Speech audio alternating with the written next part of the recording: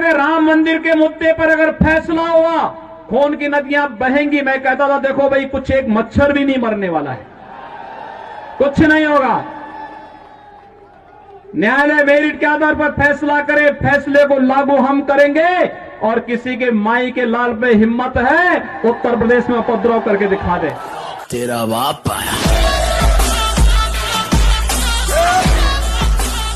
राम राम बोलते हैं, सोते हैं राम राम बोलते हैं, आपस में मिलते हैं राम राम बोलते हैं, किसी अभियान में जाते हैं जय श्री राम बोलते हैं।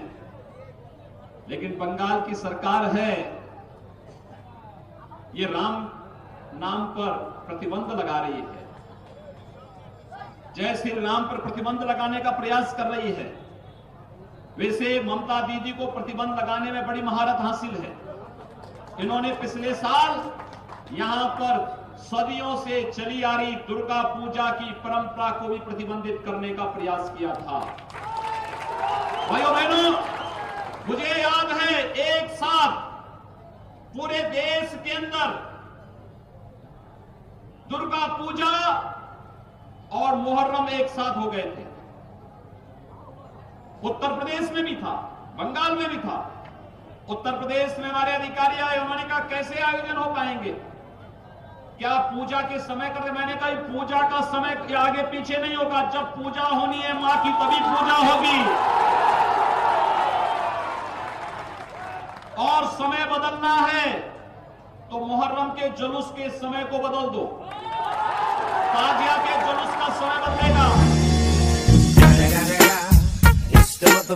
राम भक्त होने के नाते आज आप बड़े उत्साहित होंगे इस बात से भी कि प्रियंका गांधी राममयी हो गई है, राहुल गांधी राम भक्त बन गए हैं, अखिलेश यादव की तरफ से ट्वीट आ गया, अरविंद केजरीवाल ने ट्वीट कर दिया। अच्छी बात है, हम तो ये इस बात को बराबर कह रहे हैं कि राम सबके। तो ये राम भक्ति जागी है या आपको लगता है कुछ और है? जाए तो अच्छी बात है, अन्यथा रामलीला के किरदार में हनुमान भी है और कालनेमी भी है, हनुमान भी है और कालनेमी भी है, सबकी अपनी भूमिका, अपनी अपनी भूमिकाएं हैं।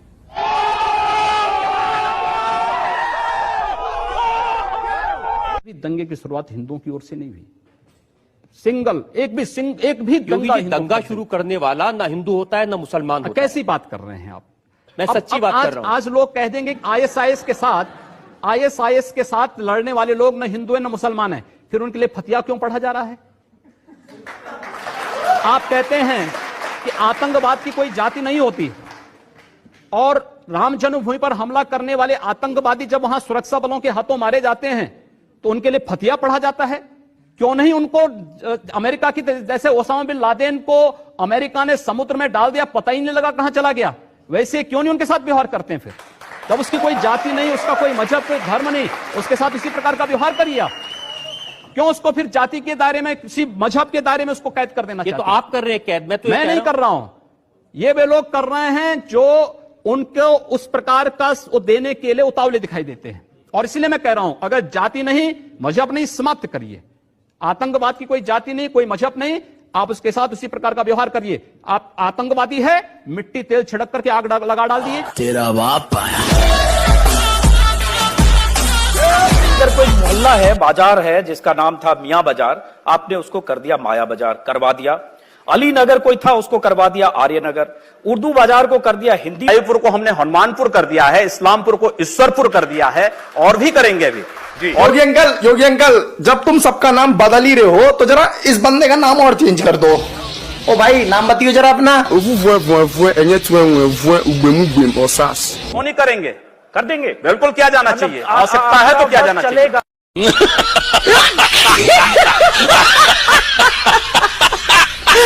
अवैधनाथ जी लगातार जुड़े रहे एक आंदोलन से, अयोध्या वाले आंदोलन से। उनके पिता तुल्य थे दिग्विजय जी। उन्होंने ये भी कहा कि मुसलमानों को 5-10 साल के लिए वोटिंग होनी नहीं देनी चाहिए। स्टेटमेंट में खबर छपी हुई है 1950 में। एक ऐसी लाइन है जो हटकर है और जो कड़ी लाइन है। आप भी उसी तरह की बात करते हैं। फिर आपको तो मुझसे क्यों आपत्ति है? नहीं, इसीलिए आप जब मेरी परंपरा को जान रहे हैं तो फिर आपको मुझ पर आपत्ति नहीं होनी चाहिए। आपको तो मुझे अप्रिशिएट करना चाहिए कि चलिए मैं उस लाइन का अनुसरण कर रहा हूं। जो देश को तोड़ना चाहते हैं उन लोगों को हम तोड़ रहे हैं, इस पे तो आपको खुश होना चाहिए।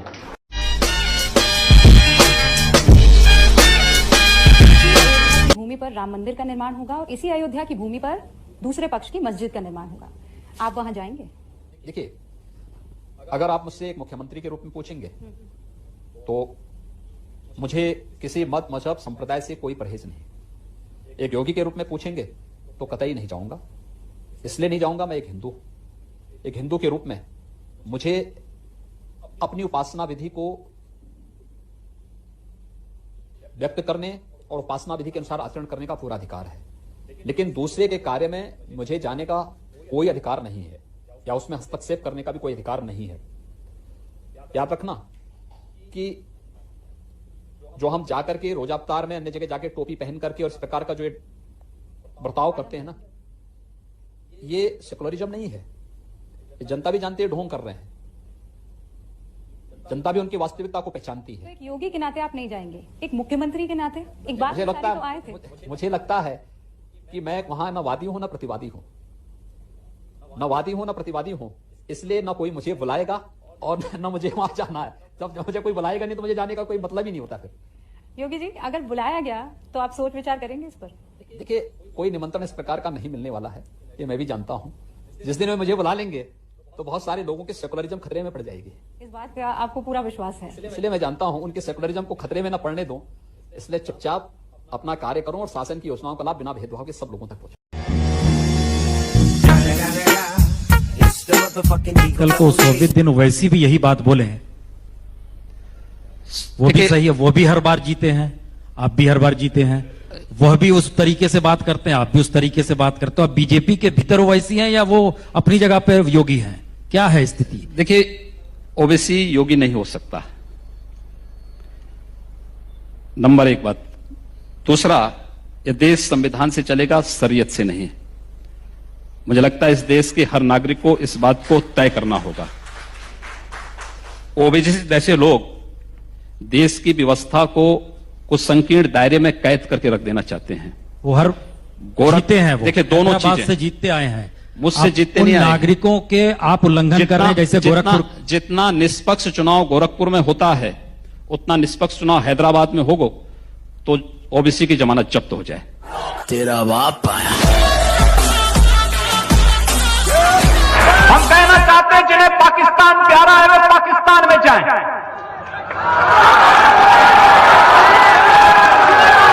जिन्हें पाकिस्तान अच्छा लगता है पाकिस्तान चले जाएं। हम उसको रोकेंगे नहीं, अगर वो चाहेगा तो उसको जाने का किराया भी मुहैया करा देंगे।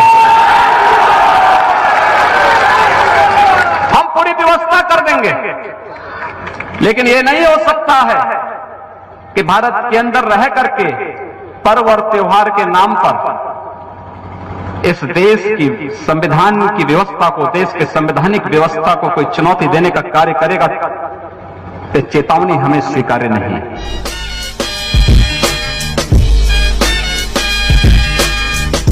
अच्छा हुआ, आपको मैं धन्यवाद दूंगा कि कल आपने यहां पर आपके एटीएस ने कुंभ में खलल डालने के लिए कुछ आतंकी कुछ षड्यंत्र कर रहे थे, लेकिन आपने उनको यहीं पे पकड़ लिया। वैसे वे उत्तर प्रदेश में घुसते तो मैं उनको उत्तर प्रदेश की सीमा पे निपटा देता।